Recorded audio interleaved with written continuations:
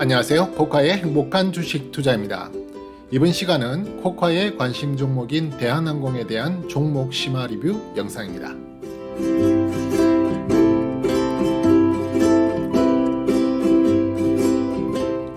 네, 대한항공의 실적 변화에 따른 대응 전략의 변화가 필요한지 확인해보고 기술적 접근 방법에 대해서도 하나하나 살펴보면서 공부해 보도록 하겠습니다.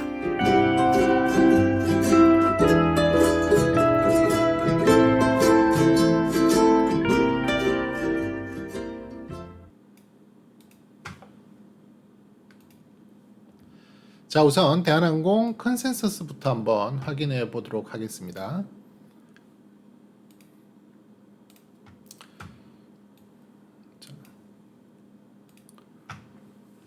자, 지금 컨센서스를 보면은 여러 정권사들이 리포트를 내고 있는데요. 한 14군데 정도 정권사에서 대한항공을 커버하고 있습니다. 최근에는 KB정권에서 5월 31일 날 리포트를 냈고요. 그 다음에 흥국정권에서도 5월 31일 리포트를 냈는데요.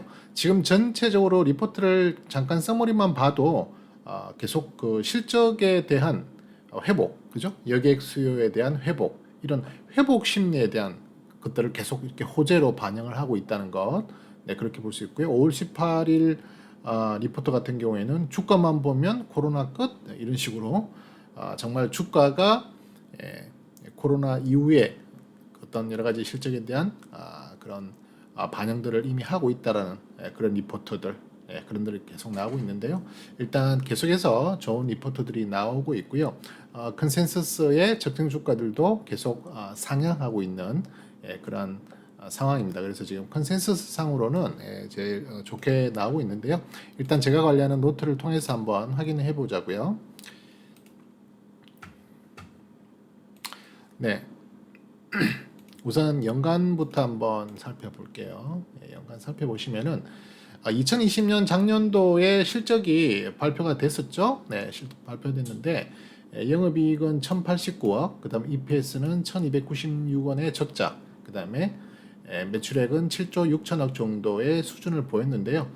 전체적으로 원래 예상했던 코로나가 닥치기 전에 예상했던 그런 전체적인 실적 전망에 비하면 말도 못하게 많이 하락했죠. 그죠? 거의 1조 정도의 영업이익을 기대하고 있었는데 실질적으로는 1,000조 정도, 아니 1,000억 정도, 1,000억 정도의 영업이익을 만들었으니까 뭐 10분의 1 토막 났다, 그렇게 볼 수 있겠죠. 뭐 아예 여행사, 아니 저기 항공사가 운항을 제대로 할 수가 없었잖아요. 그나마 참 대한항공은 또 빨리 대처를 또 했던 부분이 뭐냐면, 어차피 여객 수요는 발생하지 않을 수 있다. 그래서 계속 이제 화물 수요로 뭐 의자까지 뜯어가면서 막 그랬다는 뉴스를 우리가 다 봤죠. 그래서 이제 화물 수요를 기대하면서 빨리 화물 수송기 쪽으로, 그죠? 그 내용을 돌리면서 그나마 생각보다는 덜 타격을 받았다, 뭐 이런 또 분석들도 있죠.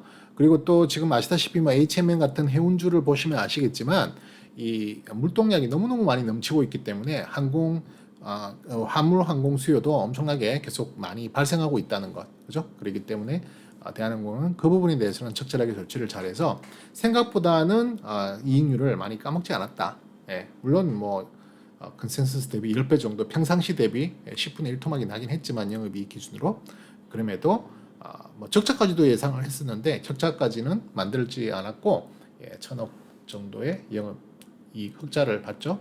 2021년 올해가 이제 중요하죠, 그죠? 올해는 아직까지 사실 항공사가 본격적인 영업을 하고 있지 않다 보셔야 해요. 그러니까 여객 수요는 뭐 국제선은 지금 거의 다 막혀 있는 상황이고, 오늘 특별히 강하게 반등을 했는데 이제 국제선에 대한 여객 수요에 대한 청사진들과 스케줄이 어느 정도 언론에 노출되면서 그 부분이 하나의 테마, 재료가 되면서 오늘 항공사 모든 종목들이 다 크게 급반등하는 모습을 보였죠. 잠깐 제가 관리하는 테마 노트 한번 보시면은 지금 제가 테마로 관리하고 있는 항공업종, 항공 섹터 내의 종목들은 총 7종목이 있는데요. 52주 저가 대비 가장 강한 퍼포먼스를 보이고 있는 것은 진에어입니다. 진에어가 52주 저가 대비 212% 정도 현재 상승하는 것을 보이고 있고요. 그 다음에 뭐 대한항공, 티웨이항공, 제주항공, 아시아나항공, 예림당, 에어부산 이런 순인데요. 사실 오늘 티웨이항공 같은 경우에는 거의 21.30% 정도 올랐죠. 상당히 크게 급상승하는 모습을 보여줬고요. 그 다음에 제주항공도 강한 모습을 보였죠. 그리고 대한항공은 오늘 6.15% 정도 상승 마감을 했는데요.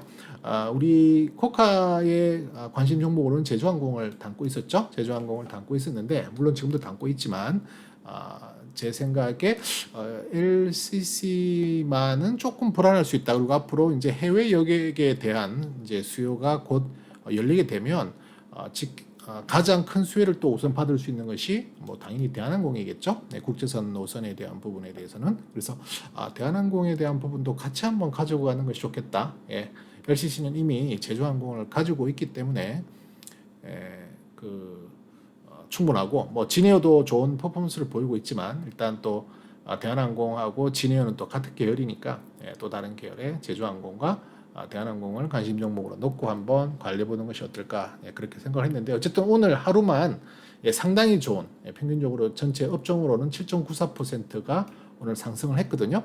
아주 강한 퍼포먼스를 보여줬는데요. 다시 노트로 돌아가서 그래서 올해 2021년에 이제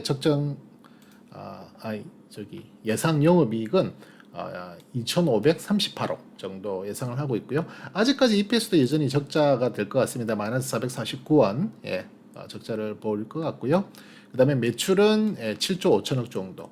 매출 같은 경우에는 전년하고 큰 차이가 없다. 아직까지 본격적인 수요가 발생하지 않고 있기 때문에 제가 볼 때는 매출액은 사실 작년보다는 더 높게 나올 가능성도 많이 있다고 봐요. 언제부터 여객 수요가 제대로 반영이 될 것인가에 대한 부분이 이제 확정이 돼야 되겠죠. 예를 들어서 이번 가을이나 초겨울 정도부터 본격적으로 국제선에 대한 그런 항공 노선이 열리기 시작하면 여객 수요가 발생하기 시작하면 그때는 꽤 많은 사람들이 동시에 해외를 나가려고 하는 또 그런 보복 심리적인 소비가 일어날 수도 있거든요. 그래서 여행주, 항공주들이 지금 아주 핫하게 올라가고 있는 그런 섹터인데요.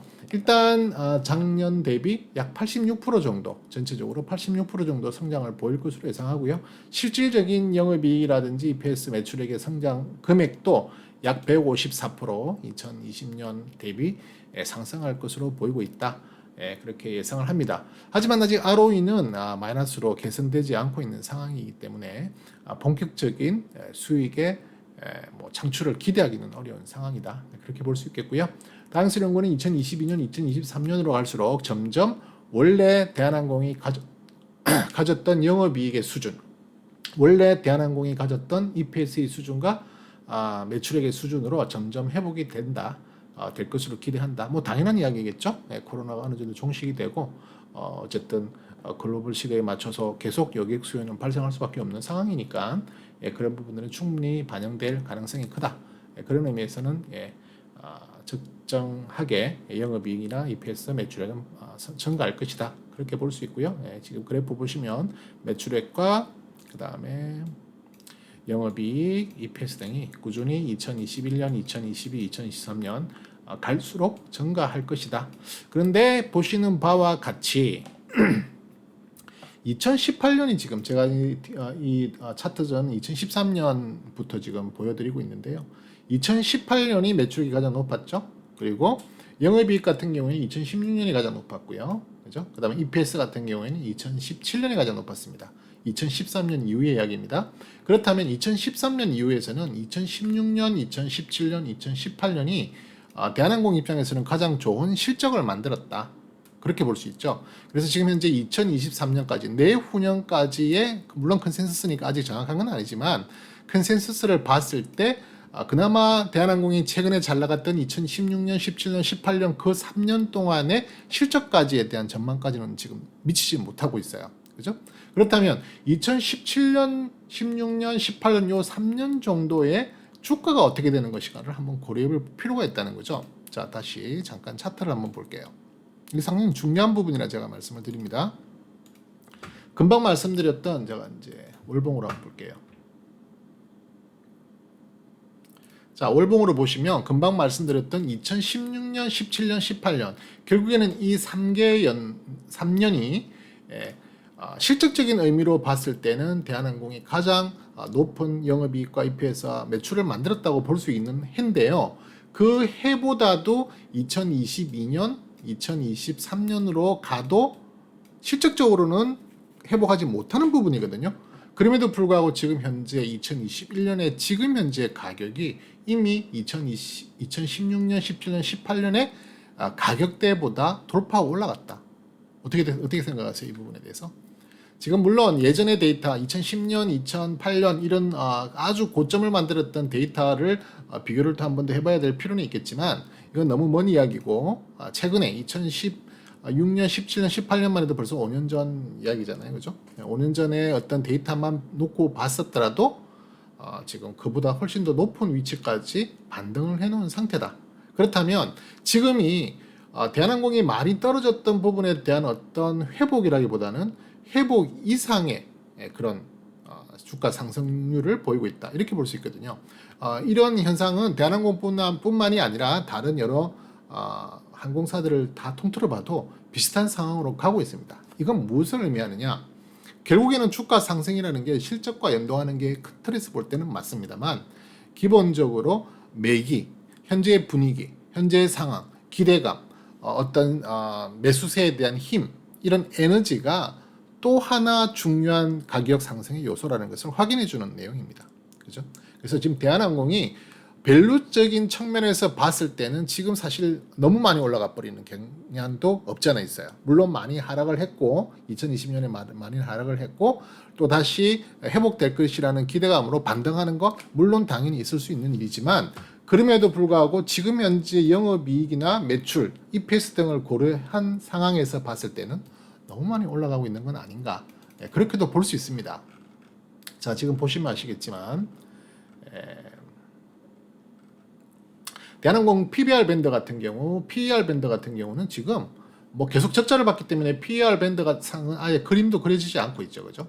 그림도 그려지지 않고 있고 지금도 PER이 계산이 안 되고 있는데 작년에 적자를 봤기 때문에 자 그렇게 놓고 본다면 지금 PBR도 상당히 고점 부분까지 뚫고 올라간 모습을 보일 수 있죠. 그러니까 실적하고 지금 주가를 이렇게 비교했을 때는 지금 주가는 설명이 안 됩니다. 너무너무 과하게 올라갔다는 것으로 봐야 합니다. 자, 밑에 실적을 다시 한번 더 보시면은요.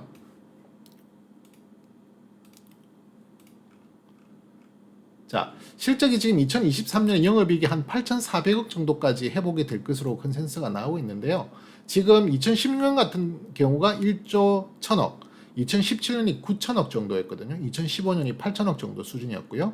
그렇다면 결과론적으로 아직까지 이 영업이익으로 봤을 때는 그때 당시에 주가와 비슷한 수준에서 물론 뭐 프리미엄을 더 붙여준다 기대감에 대한 심리적인 또 어떤 매기에 대한 부분 이런 것들을 더 붙여준다 하더라도 지금은 좀 분명히 오버된 건 맞다. 하지만 그건 그 현상에 대한 그러니까 기업 실적에 대한 부분에 대해서는 현상이고 지금은 어떤 기대감이라든지 또 앞으로 좋아질 것이라는 그런 여러 가지 여론몰이 그렇죠? 지금 여론이 계속 그렇게 이야기하고 있잖아요. 또 사실이기도 하고요. 그 다음에 거기에 맞는 매수세들의 강한 투자. 오늘 같은 경우에도 상당히 크게 거래량이 터졌죠. 그리고 특히 외인들이 상당히 많이 물량을 사모으면서 주가를 끌어올렸단 말이에요. 나중에 차트를 이제 보면서 기술적으로도 분석을 해드리겠지만 그런 부분을 고려했을 때, 야 이게 딱히 실적으로만 봐서는 조금 해석이 안 되는 부분은 분명하지만 지금 그 이외에 어떤 프리미엄이 붙고 있다. 그 프리미엄을 충분히 즐기는 방향으로 가도 좋겠다. 그렇게 말씀을 드리고 싶습니다. 자, 일단 이런 여러 가지 내용을 가지고 적정 주가를 계산했는데요. 사실은 지금 실적만 딱 가지고 적정 주가를 구하면 얼마가 나오냐면 전통적인 적정 주가를 구하는 방식 거기에다가 제가 이제 저만의 노하우를 결합해서 나름대로 적정 주가를 구하는 공식을 이용해서 적정 주가를 구해보면요. 올해 2021년에 실적을 바탕으로 적정 주가는 얼마가 나오냐면 8,845원이 나와요. 8,845원이 나오고 그 다음에 적정 주가의 고점 밴드 저는 이제 저점과 고점 밴드를 다 이렇게 산출을 하는데요. 고점까지도 계산을 해도 9,098원이 나옵니다. 그리고 저점은 5,523원이 나와요. 지금 오늘 종가가 33,650원이니까 설명 안 되잖아요. 그죠? 고점 밴드가 9,000원임을 감안하면 뭐 거의 3배 이상 더 많이 현재 주가가 만들어지고 있다. 이렇게 볼 수 있거든요. 정말 정확하게 적정 주가를 실적만 가지고 계산했을 때는 8,800원 정도 주면 적정하다. 이렇게 봐야 되거든요. 그런데 이럴 경우에는 특히 이렇게 연속적으로 마이너스, 그러니까 음수가 많이 나온 경우, 그러니까 쉽게 말해서 수익률, 영업이익률을 계속 떨어지고 적자를 보고, 적자가 꼭 아니더라도 영업이익률이 떨어지고 또 영업이익의 성장률이 떨어지고 EPS가 떨어지고 매출이 떨어지고 하는 그런 마이너스 음수의 숫자들이 많이 나올 때는 사실 이 적정 주가를 구하는 것이 조금 오류가 많이 납니다. 네. 정확하게 적정 주가를 구하는 공식이 잘 작동을 안 해서 아예 적정 주가를 산출하는 걸 포기하는 경우가 많아요. 하지만 이제 저는 그럼에도 불구하고 또 나름대로 저만의 또 노하우이기도 한데요. 그동안에 역대적으로 이렇게 성장률 등을 서로 비교해 가면서 적정 주가를 대체할 수 있는 적정 주가를 구했어요. 왜냐면 지금 8,800원이라는 9,098원이라는 적정 주가 가지고는 해석이 안 되니까요. 그죠? 지금 벌써 33,650원이 나갔는데 이건 너무 올라도 많이 올랐다. 그러면 다른 접근 방식으로의 적정 주가를 구하는 방식을 이용해야 됩니다. 그래서 그런 것을 이용했을 때 제가 적정 주가를 현재로서는 39,613원으로 계산되고요. 고점 밴드는 44,687원, 저점 밴드는 23,076원입니다. 여러 번 말씀드리지만 적정 주가라고 하는 것은 제가 나름대로의 지금 현재 주가 상태, 위치에 대한 기준을 마련하기 위해서 저 나름대로 하나의 기준의 참고일 뿐이지 정확하게 그 금액이 목표 주가가 된다든지 그대로 간다라는 어떤 보장은 절대 아닙니다. 그죠? 하지만 위치적으로 지금 현재 가격이 33,000원인데 적정 주가가 39,000원이다.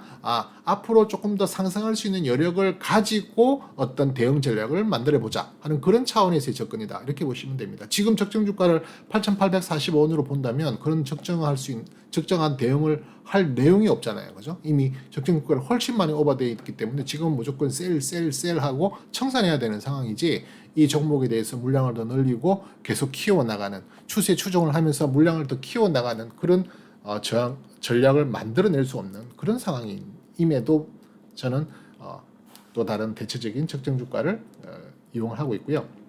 적정 주가는 차트상으로 한번 보시죠. 네. 제가 적정 주가는 보통 주봉 차트에 표시를 하죠. 네, 주봉 차트 보시면서 설명을 드리겠습니다.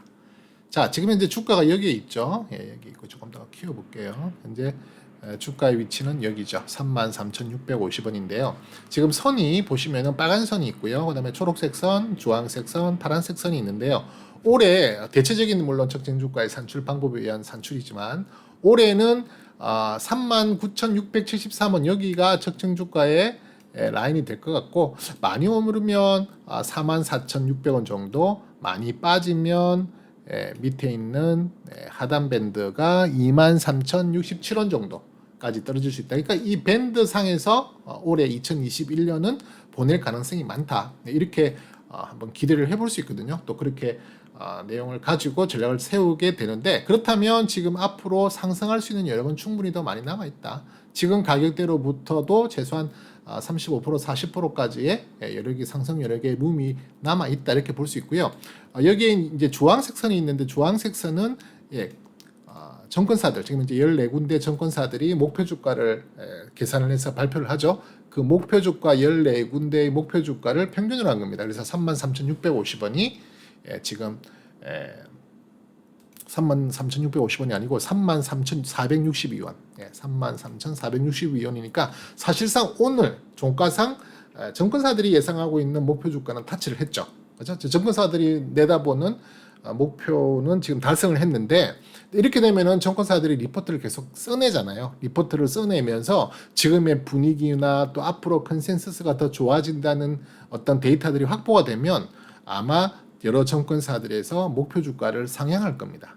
그렇지 않으면 지금 현재 가격이 이미 목표로 와 있기 때문에 보통 목표가 와 버리면 특별한 문제가 있는 상황이 아니면 보통 목표 주가를 더 상향하는 것이 원칙이고요. 그렇게 상향하면 또 주가는 계속해서 또 그런 상향의 기운을 계속 몰아갈 수 있는 그런 내용으로 볼 수 있거든요. 그래서 어쨌든 지금 제가 계산한 상황에서는 아직까지 상승의 여력이 좀 더 있고요. 물론 밑으로 하방으로도 많이 열려 있죠. 많이 올라갔기 때문에 특히 최근 그 5월 달에 지금 특별히 더 강한 모습, 작년에는 올해 1월 달에 보였던 그런 상승세의 강한 기운만큼이나 지금 보시면 이 정도의 높이, 그죠? 지금 올라가고 있는데 아직 그 정도의 높이까지는 아니죠. 1월 달에 보였던 높이까지는 아니기 때문에 저는 개인적으로 아직도 더 상승의 여력이 있다고 보고 있습니다. 보고 있고 그렇기 때문에 대한항공은 계속 좋은 방향으로 가져가면 좋겠다. 이렇게 볼 수 있겠고요. 차트가 열린 김에 바로 주봉 차트에서 해석할 수 있는 것들을 한번 살펴보도록 하겠습니다. 우선 보스티안 지수 지금 세력들이 계속 들어오고 있는 모습이 보이죠. 지난주에 또 골든을 냈고요. 계속 아주 천천히 옆으로 행보하는 모습에서 이제 약간 우상향의 패턴으로 지금 변환이 되고 있기 때문에 세력이 분명히 들어오고 있다. 특히 세력도 개인의 어떤 강한 세력이 아니라 외인이나 기관의 힘, 그죠? 강력하게 5월달, 6월달에 들어오면서 주가를 끌어올리고 있다. 쉽게 말해서 외인들이나 기관이 현재 5월, 6월에 상승을 이끌고 있다. 이렇게 보시면 되고요. 사실 5월달에는 기관들이 많이 상승을 시켰고요. 그 다음에 최근 뭐 올해 이번 달 뭐 어제 오늘 또 5월 말경엔 또 외인들이 많이 상승을 시키고 있더라고요. 그래서 어쨌든 외인하고 기관의 모습이 지금 계속 이렇게 우상향하는 모습으로 전개하고 있기 때문에 수급적인 부분에서도 괜찮다. 그리고 거래대금도 나쁘지 않죠. 최소한 12주 이동 평균의 대금, 거래대금을 더 높게 거래를 시키고 있기 때문에 일단 돈은 분명히 움직이고 있고 돈은 들어오고 있다. 그냥 단순하게 어떤 흐름이 아니라 그냥 좀 확실하게 매기가 형성되고 있다는 분위기는 이런 거래대금이라든지 수급 상황을 봤을 때 확인해 볼 수 있습니다. 그리고 오늘 지금 보시면은 52주 신고가를 찍었죠. 오늘 52주 신고가를 찍으면서 지금 이 피보나치의 수요일에 대해서는 오늘 또 34,300원이라는 최고가에 달성을 했습니다. 이번 주에 이제 달성을 하게 된 셈이죠. 자, 그 다음에 확인할 것은 테마 한번 잠깐 볼게요. 아까도 잠깐 보여드렸지만은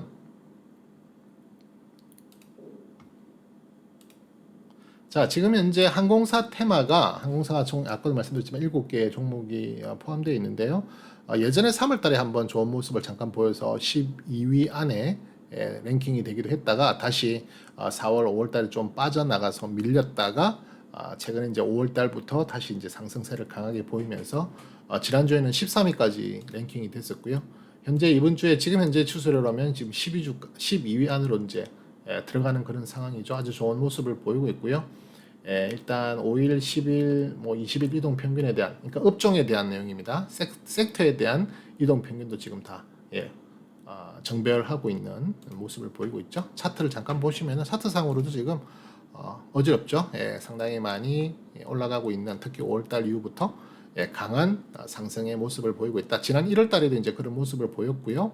강하게 올라가고 있다. 제가 이 섹터를 말씀드리는 이유는 만약에 대한항공이 혼자 올라갔다면, 대한항공의 개별 이수료 혼자 올라갔다면은 오랫동안 가기 어려울 수도 있을 거예요.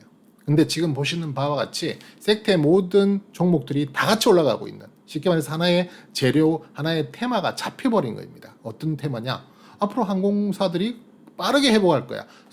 항공 수요가, 여객 수요가 상당히 빨리 많이 늘어날 거야 하는 그런 기대감이 지금 막 나오고 있잖아요. 그런 것들과 함께 편성하면서 이렇게 올라가고 있는 거기 때문에 이건 단순히 조금 올라가고 많은 정도가 아니라, 물론 올라갔다가 쉬기도 하겠죠. 그죠? 지난 1월 달에 올라갔다가 3, 4월 2, 3, 4를 계속 쉬었듯이, 이렇게 행보를 보였듯이 또 어느 정도 올라가서 행보를 할 수 있는 기간은 분명히 나올 겁니다. 계속 상승하려는 법은 없어요. 어느 정도 조정이 분명히 곧 나올 가능성도 있습니다. 하지만 지금 이제 이렇게 테마가 함께 움직이고 가고 있기 때문에 이 테마의 이 섹터의 추세가 무너지지 않는다면 계속해서 가져가는 것이 맞다. 지금 상방 추세 이렇게 올라가는 거죠. 상방 추세가 이렇게 있었잖아요. 상승 추세가 있었는데 상승 추세를 사실은 3월 달에 이렇게 이탈을 한 적이 있었어요. 이탈을 했다가 지금 다시 그 상승 추세를 회복하는 수준까지 올라왔거든요. 그래서 조금 더 상승은 이어질 수 있는 가능성이 크다. 이렇게 볼 수 있겠습니다. 자, 그러면 이제 기술적으로 조금 볼게요.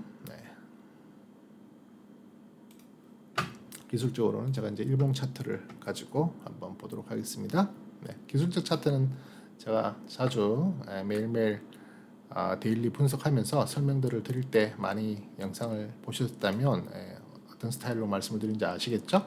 현재 대한항공은 이런 형태로 지난 1월 중순부터 1월 중순에 레벨업이 되고 그 이후부터 만들어진 레벨 스테이크 구간이 꽤 긴 상황으로 가고 있습니다. 그죠?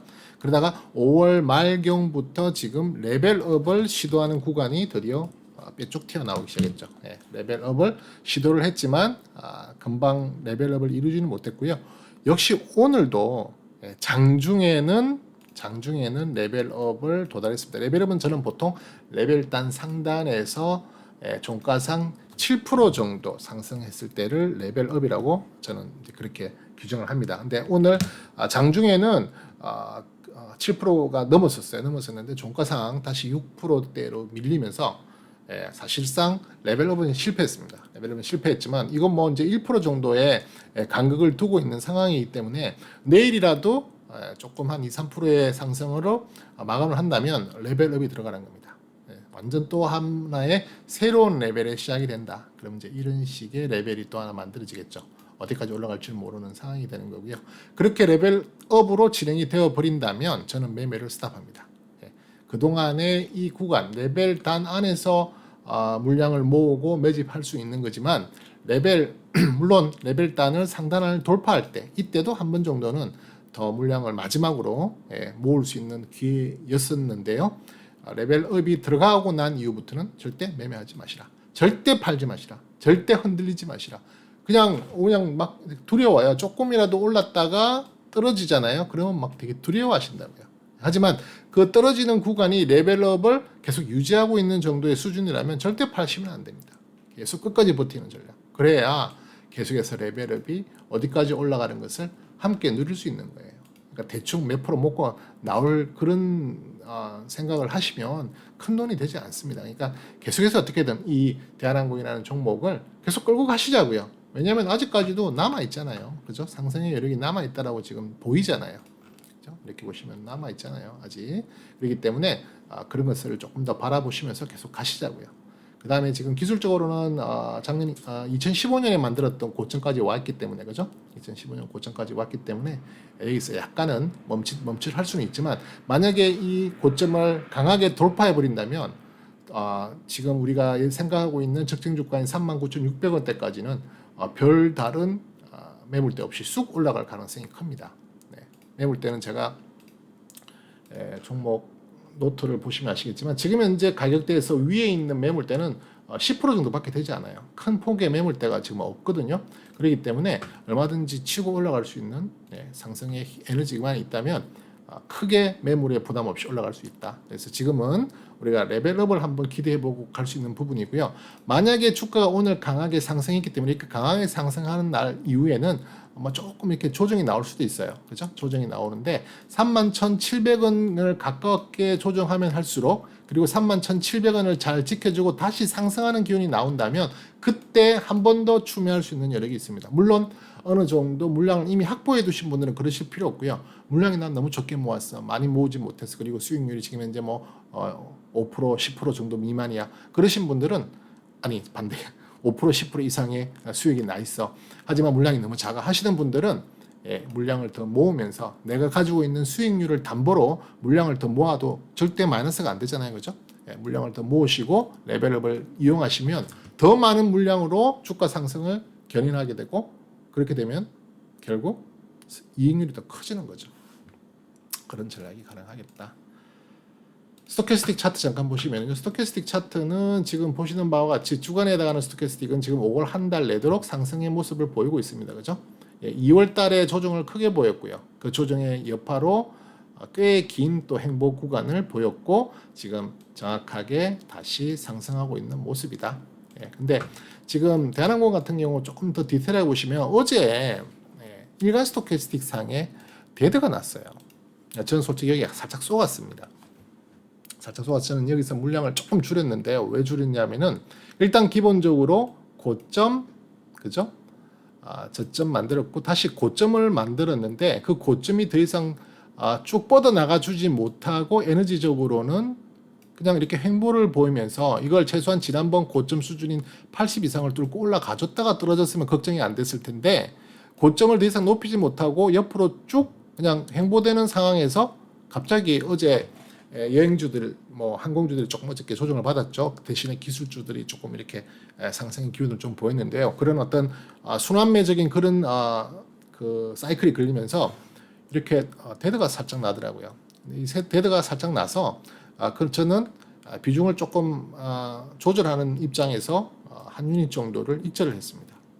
익절을 했는데 오늘 달칵하고 다시 그 어제 음봉을 잡아 먹으면서 가길 오늘 다시 재매수 들어갔습니다. 어저께 익절한 부분만큼을 다시 재매수를 담았습니다.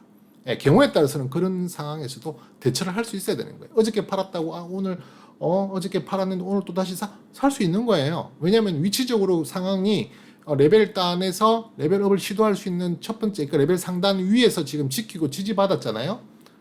다시 차트를 다시 한번 보여드리면은, 자, 어저께 레벨 단 안으로 들어오질 않았어요. 저는 이제 들어올 것이라고 믿고 장중에 또 들어왔고 이래서 저는 한 유닛 정도 익절을 했습니다. 물론 그 밑에서 샀던 종목을 덩어리를 익절을 한 거죠.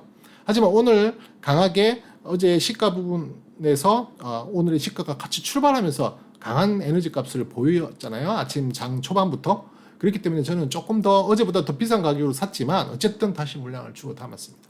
왜냐하면 지금 레벨업을 시도할 수 있는 마지막 단계, 오늘 살 수 있는 마지막이다 생각하고 살 수 있거든요. 물론 내일 이틀 3일 정도 또 조정을 받으면 기회를 줄 수도 있겠지만 그래도 오늘이 마지막일 수도 있는 거예요. 그래서 저는 충분히 대응을 했다고 볼 수 있고 그렇게 접근을 했습니다. 그래서 사실은 이런 에너지 값이 이런 부분에서 살짝 이제 좀 고민이 되는 부분이긴 한데 어쨌든 손해를 보고 손절을 하는 것이 아니잖아요. 익절 부분에서 비중 조절에 대한 수준으로. 왜냐하면 조금 더 떨어지면, 그죠? 조금 더 떨어지면 전 저점 부근을 만약에 지탱하고 올라가거나 그러면 제일 좋고요. 그렇지 않고 좀 더 심하게 떨어져서 올라간다 하더라도 그때 또 한 번의 기회를 줄 수 있을 거다. 이렇게 이제 50 이하로 떨어져서 과매도 구간에 떨어졌으면 아마 레벨단 안으로 들어갔을 겁니다. 그러면 조금 조정이 깊어졌을 거예요.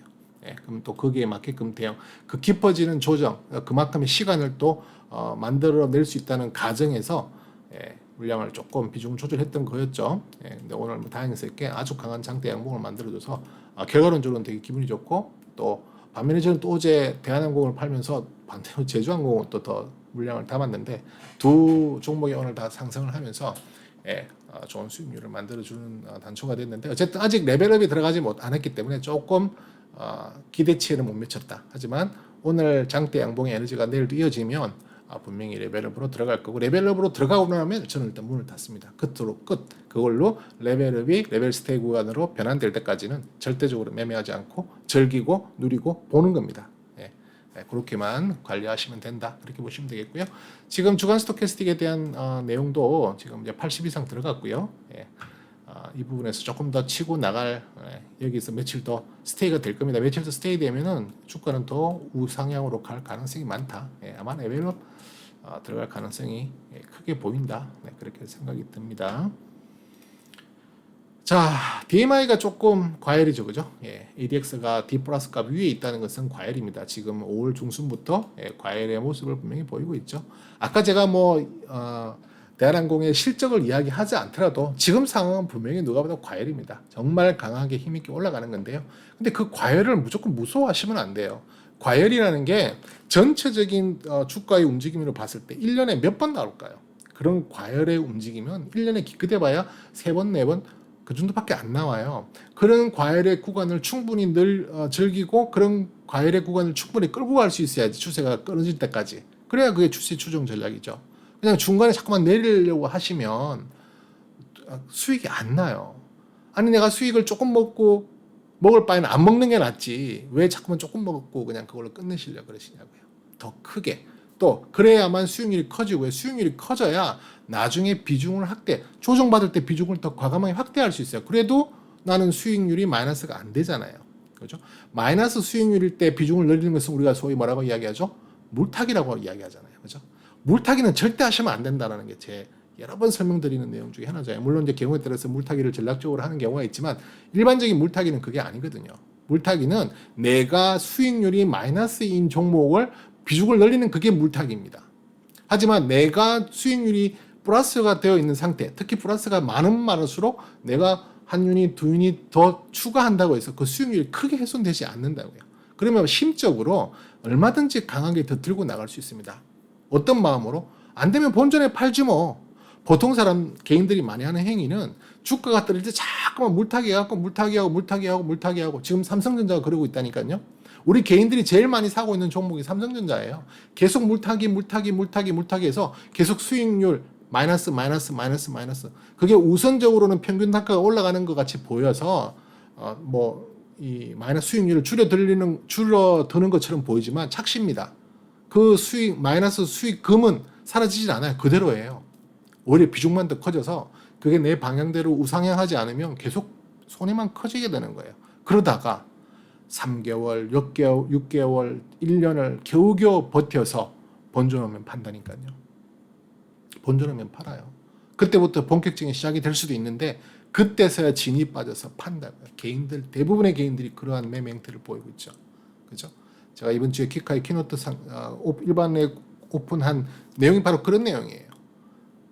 참다가 본전 오면 판다. 본전 심리가 제일 크게 작동해요. 개인들 그 심리를 뒤집기가 정말 어렵다는 겁니다. 하지만 반대로 생각해 보세요. 내가 수익률을 계속 만들어 나가면서 물량을 비중을 점점 키워 나가요. 최악의 경우 내가 본전에 판다. 그때 본전 심리 하시는 건 상관없어요. 그때 본전에 안 팔고 손에 떨어지면 안 돼요. 그때는 큰일 나요, 정말. 왜냐면 비중이 워낙 크기 때문에. 하지만 나는 최악의 경우 본전하고 판다 하는 마음으로 꿋꿋하게 가져갈 수 있는 거예요. 왜? 계속 수익이 플러스권에 나 있으니까. 얼마든지 마음 편하게 가져갈 수 있고요. 하루 이틀에 강한 음봉 나와도 일단 신경은 써야겠지만 그래도 계속 가져갈 수 있는 인내할 수 있는 마음의 상태를 그 수익률이 보장해 준다는 거예요. 그래서 제가 수익률을 담보로 늘리십시오. 하는 거예요. 지금 대한항공 계속 올라가고 있기 때문에 지금 중간에 물량을 따라잡으면서 올라가셨던 분이라 하더라도 전부 다 수익 나 있으실 거라고요. 그죠? 그 수익이 담보가 되면 돼요. 그거 5% 10% 먹었다고 팔면 그걸로 끝이에요. 포지션을 잃어버리고 대한항공은 두 번 다시 들어가기 어려워집니다.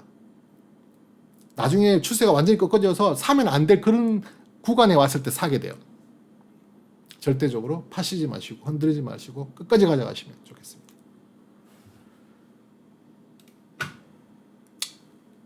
RSI, CCI를 볼 경우도 지금 RSI, CCI 추세선 이렇게 그을 수 있죠. 이 추세선이 무너지지 않는 상황에서는 추세가 계속 살아갑니다. 네, 살아가는 거고요. 오히려 CCI 같은 경우는 이렇게 하락 추세선을 그으면 지금 오늘 하락 추세선을 돌파하려고 그러잖아요. 그죠? 새로운 또 한 번의 상승을 시도하는 상황이 되는 거잖아요. 여기 지금 돌파했죠. 하락 추세선을 걷는다면 돌파, 하락 추세선을 걷는다면 돌파하는 모습. 상승 추세선은 지지하고 가고 있잖아요. 그죠? 그럼 이건 추세는 계속 살아있다는 겁니다. MACD는요. 플러스권, 영선 위에, 그러니까 양수에서 지금 계속 골든난 상태로 가고 있잖아요. 오실레이터도 플러스를 보이고 있고요. 그죠? 뭐 하나 문제될 게 없어요. 계속 그냥 가지고 가는 겁니다. 공매도 어떻게 됐죠? 이렇게 되면 공매도들이 성 나타날 때가